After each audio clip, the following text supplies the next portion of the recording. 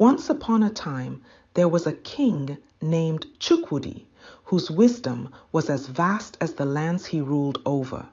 Despite his wealth and the grandeur of his palace in the heart of Lagos, King Chukwudi was troubled by the insincerity that surrounded him.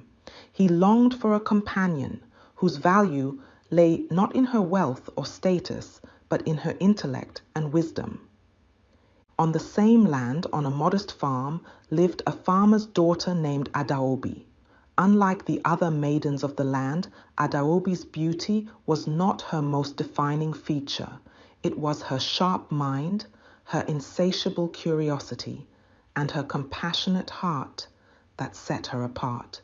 She spent her days assisting her father in the fields, reading books by the glow of a lantern, and solving problems that puzzled even the wisest men in the village.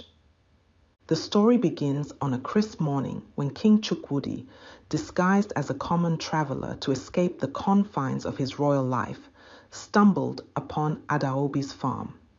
Seeking shelter and intrigued by the sight of a young woman deeply engrossed in a book under the shade of an ancient Iroko tree, he approached. "Good morning, fair maiden," greeted King Chukwudi, his voice gentle, yet carrying the authority of someone used to being heard. Adaobi looked up, her eyes reflecting a mix of surprise and curiosity. "Good morning, sir. How may I assist you?" "I seek shelter and a moment's rest.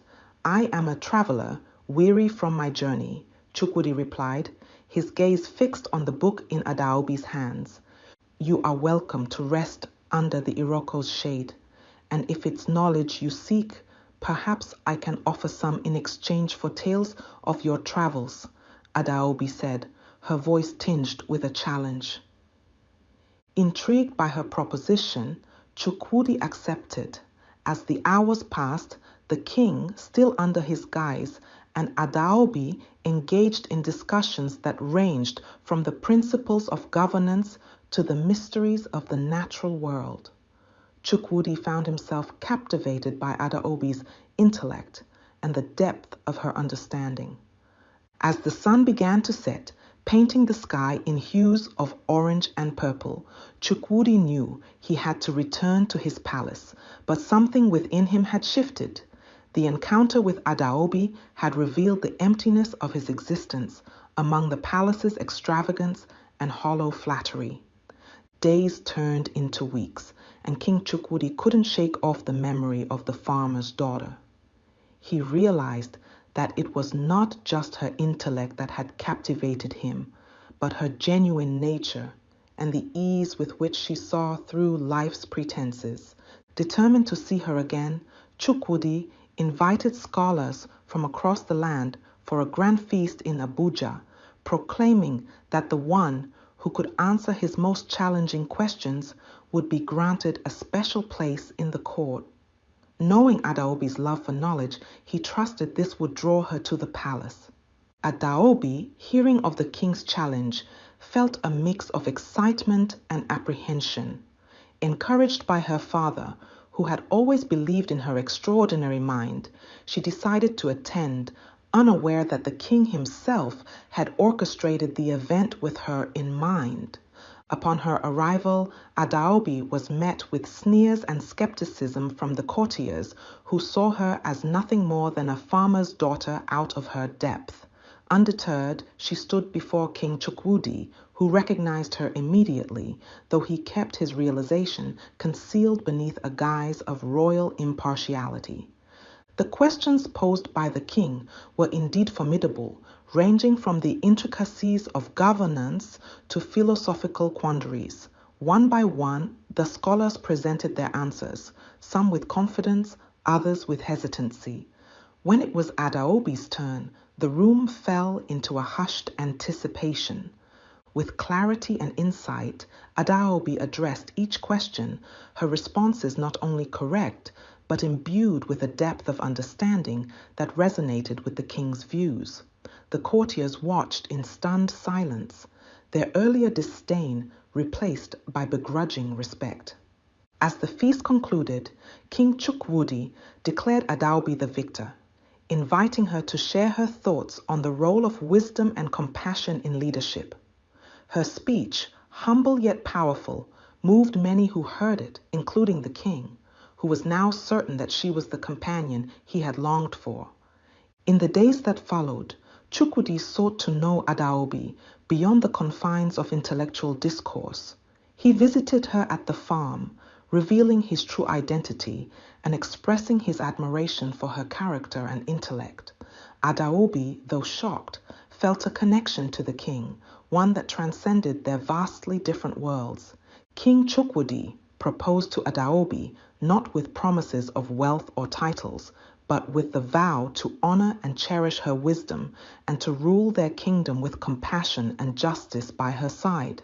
Adaobi accepted, not as a farmer's daughter ascending to royalty, but as a woman whose value was seen and appreciated for her true self. After Adaobi agreed to marry King Chukwudi, she found herself in the grand surroundings of the royal palace in Lagos. While Chukwudi greeted her with warmth and kindness, the palace's luxury made Adaobi miss her simple farm life even more. She longed for the familiarity of her home, feeling out of place amidst the palace's opulence. The initial days were tough for Adaobi. Despite the beauty surrounding her, she couldn't shake off the feeling of loneliness. The absence of open fields and the night sky full of stars made her heart heavy. One night, feeling suffocated by the grandeur of a palace banquet, Adaobi sought refuge in the palace gardens.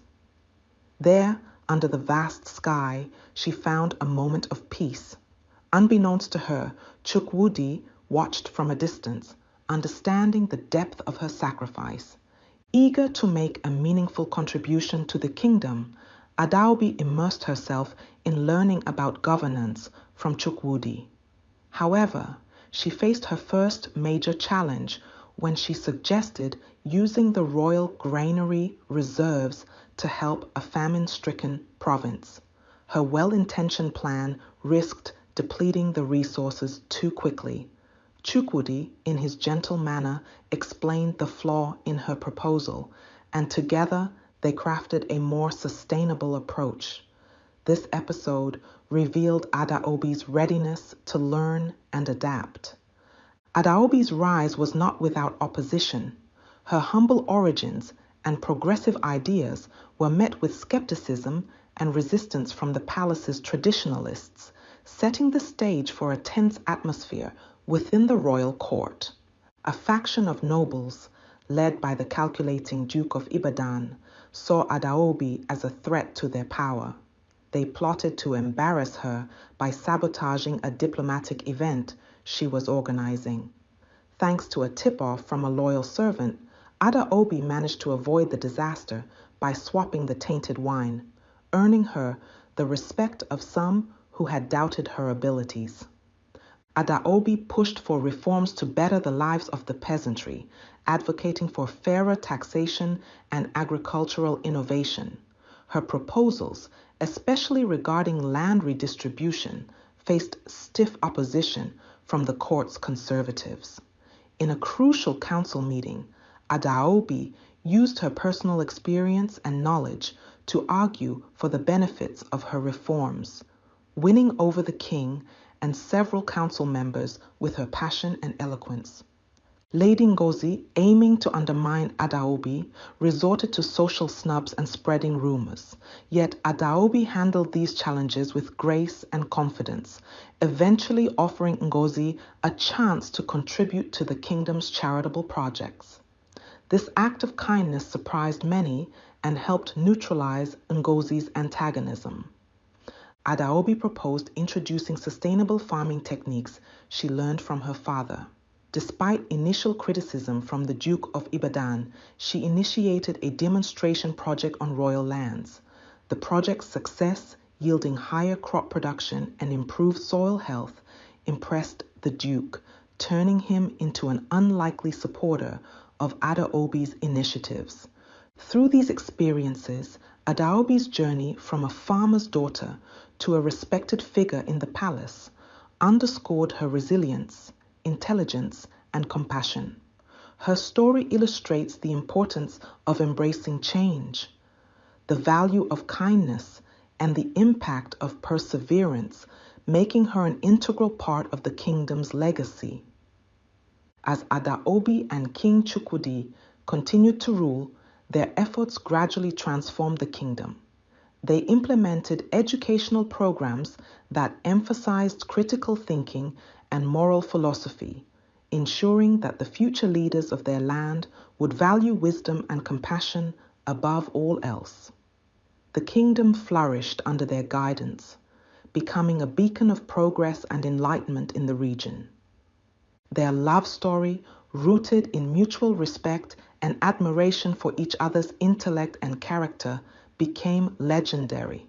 It reminded everyone that true connections are formed not through superficial attributes, but through the shared values and understanding between people.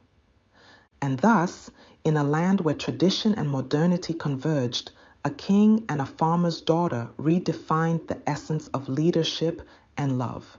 Their legacy, woven into the fabric of the kingdom's history, taught generations that the truest form of wealth is found in the knowledge we acquire and the kindness we extend to others. Their reign, marked by justice, innovation, and compassion, left an indelible mark on the hearts and minds of their people, proving that when guided by wisdom and a genuine concern for the well-being of all, a kingdom can reach heights never before imagined. The end.